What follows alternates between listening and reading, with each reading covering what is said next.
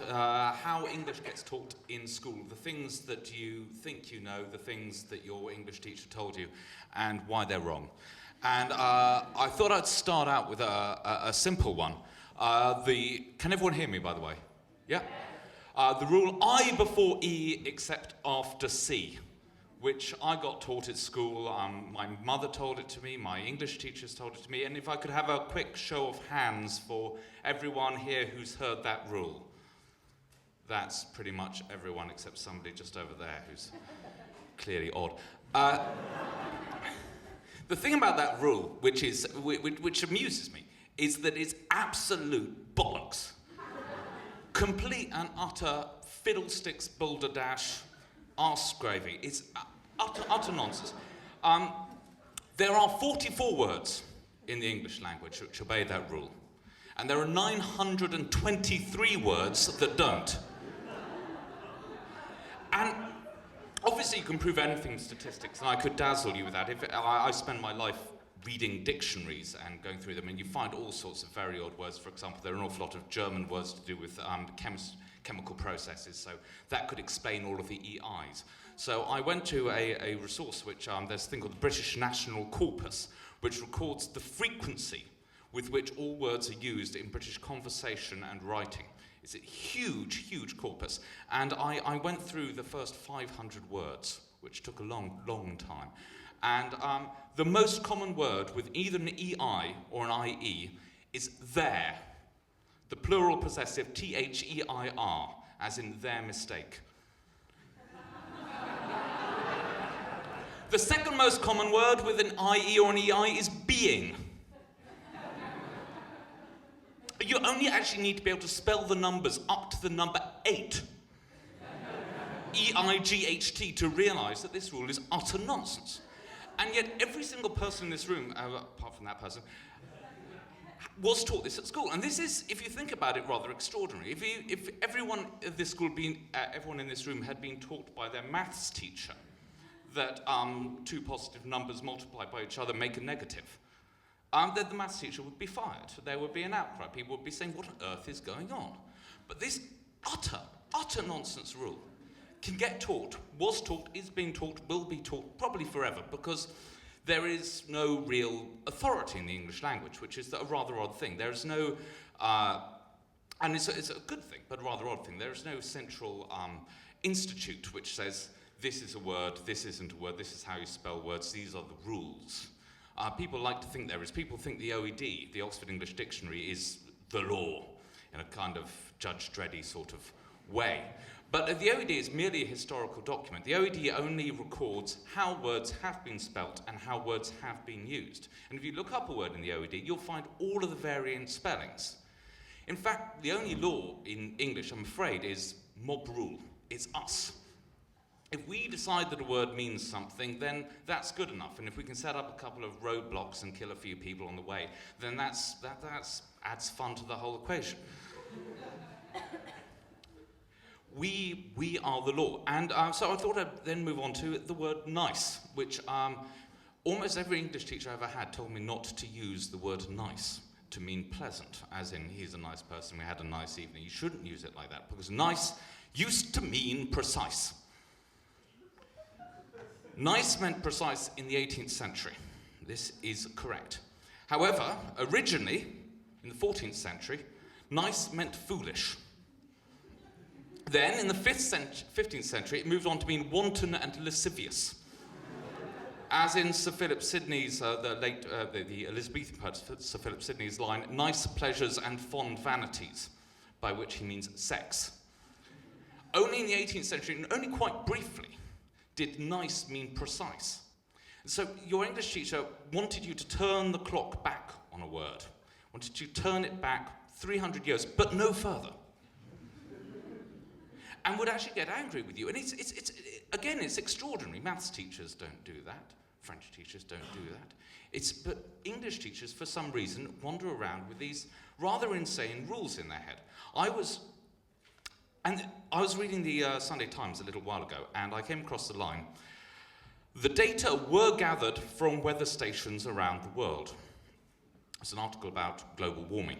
And I looked at it and I was astonished. And I thought maybe it was a mistake or something had been rewritten. But then a couple of lines later I found, Jones was not in charge of the CRU when the data were thrown away.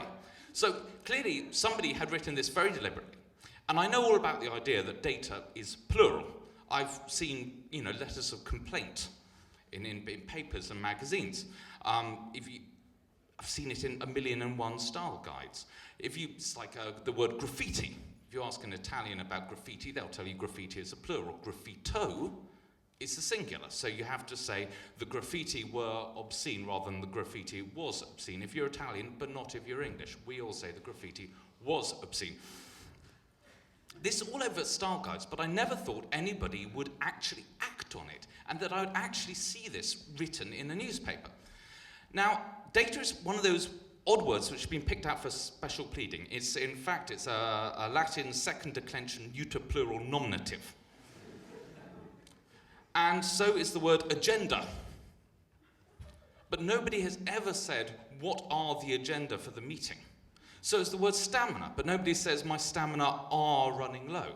Because Latin is a language which died out of essential, changed into Italian, a couple of millennia ago.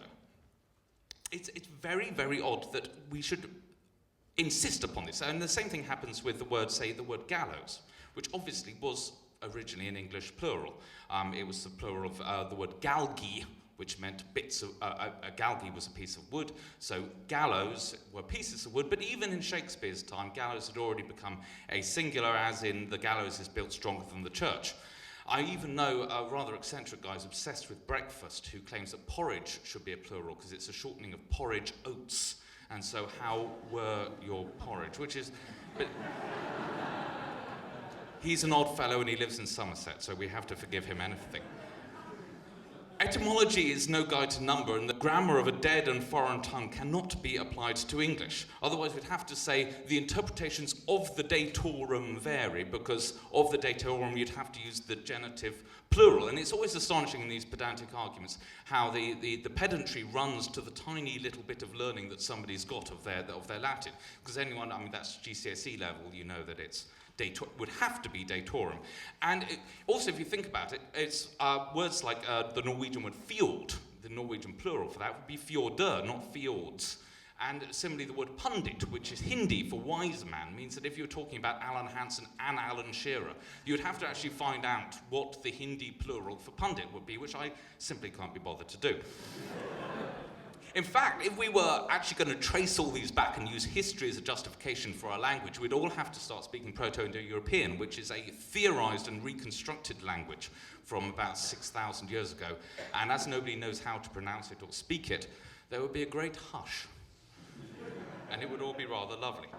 Now, the truth with data and anything like that is that in English, sit up in the back and take notes, in English, number is defined by thought.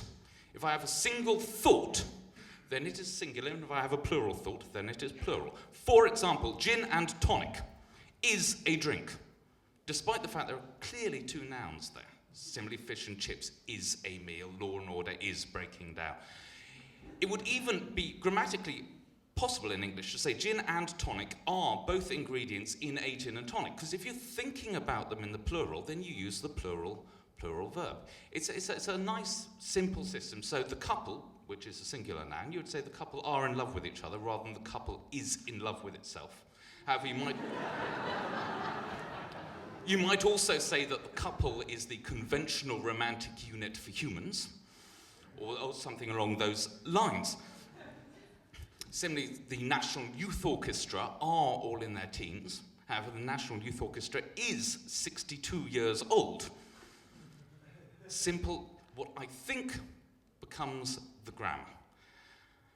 I would talk for a while about the split infinitive, but I won't, because it's such a pile of bollocks that it's hard to say anything about it. Though I would try, like Shakespeare, to kindly be.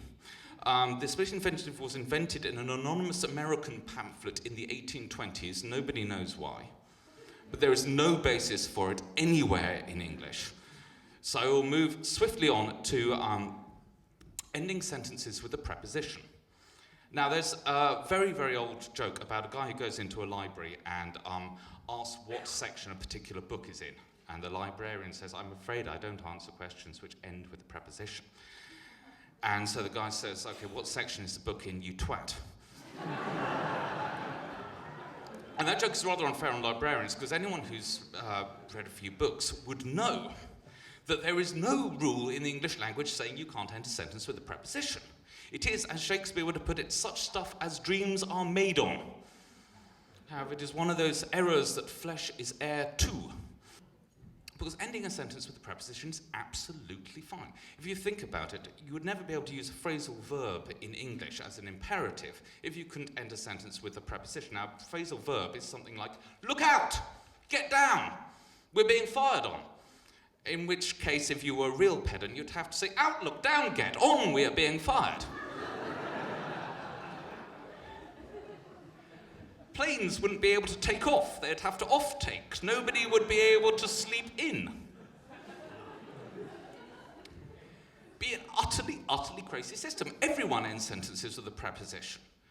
Absolutely everyone who speaks English and has ever given an order or formed a normal sentence. So, well, there's something like this. You try and work back and find where it comes from. And incidentally, every other grammarian, every writer of a style book objects to this rule. They all say it's nonsense. Bernstein, for example, who's the leading American, there's a touchstone guy for grammar, said that anyone who suggested it didn't have a leg on which to stand. Fowler, who's our guy, said that it was a superstition. Winston Churchill, who knew his way around an English sentence, and incidentally won the Nobel Prize for Literature, little known facts about Winston Churchill, he said it was a kind of nonsense up with which he would not put. So where does it come from? It comes from, if you look for the citations and sources, they all point back to a short introduction to English grammar by Robert Louth, who was an 18th century grammarian. And he's often cited as a source of this rule. So I actually went to the British Library and I pulled out his book. And it's a rather lovely book. He was actually a scholar of ancient languages. He was the first guy who realized that the Psalms were written in poetry. He was a great Latinist, great Greek scholar. And yet he wrote a book saying it's utterly idiotic that English school children have to learn their grammar when they learn a foreign language, and why can't we learn the grammar for English? Because English grammar is really rather simple. And so he wrote this short introduction, which really is very short. And so far as I can tell from reading around, I'm the only person who's ever bothered to read it. And so I copied out his section on prepositions at the end of sentences, and I shall read it for you. Prepositions have government of cases, and in English they always require the objective case after them, as with me, from her, to me. The preposition is often separated from the relative which it governs and joined to the verb at the end of the sentence, or some member of it, as Horace is an author whom I am much delighted with. He's quoting Alexander Pope here, by the way. The world is too well bred to shock authors with a truth which generally their booksellers are the first that inform them of. This is an idiom which our language is strongly inclined to. It prevails in common conversation and suits very well with the familiar style in writing. Any objections so far? Notice the strongly inclined to. He ends sentences like that well. He continues, but the placing of the preposition before the relative is more graceful as well as more perspicuous and agrees much better with the solemn and elevated style. That is it. That one little sentence, that one little stylistic tip is the reason that people still go around saying you can't end a sentence with a preposition. And it's just a tip. And he then continues. He continues. But in English, the preposition is more frequently placed after the verb and separate from it, like an adverb, in which situation it is no less apt to affect the sense of it and to give it a new meaning, and may still be considered as belonging to the verb and a part of it. As to cast is to throw, but to cast up or to compute an account is quite a different thing. Thus to fall on, to bear out, to give over, etc. So that the meaning of the verb and the propriety of the phrase depend upon the preposition subjoined. So when you trace these things back, you find that English teachers run around with rules and style guides and tips, and will correct you on things which are utterly meaningless, have no basis, or have a basis, half a basis, in one sentence from an 18th century book which they clearly haven't read. And so, the next time anyone tells you that you can't end a sentence with a preposition, tell them to up shut. Thank you very much.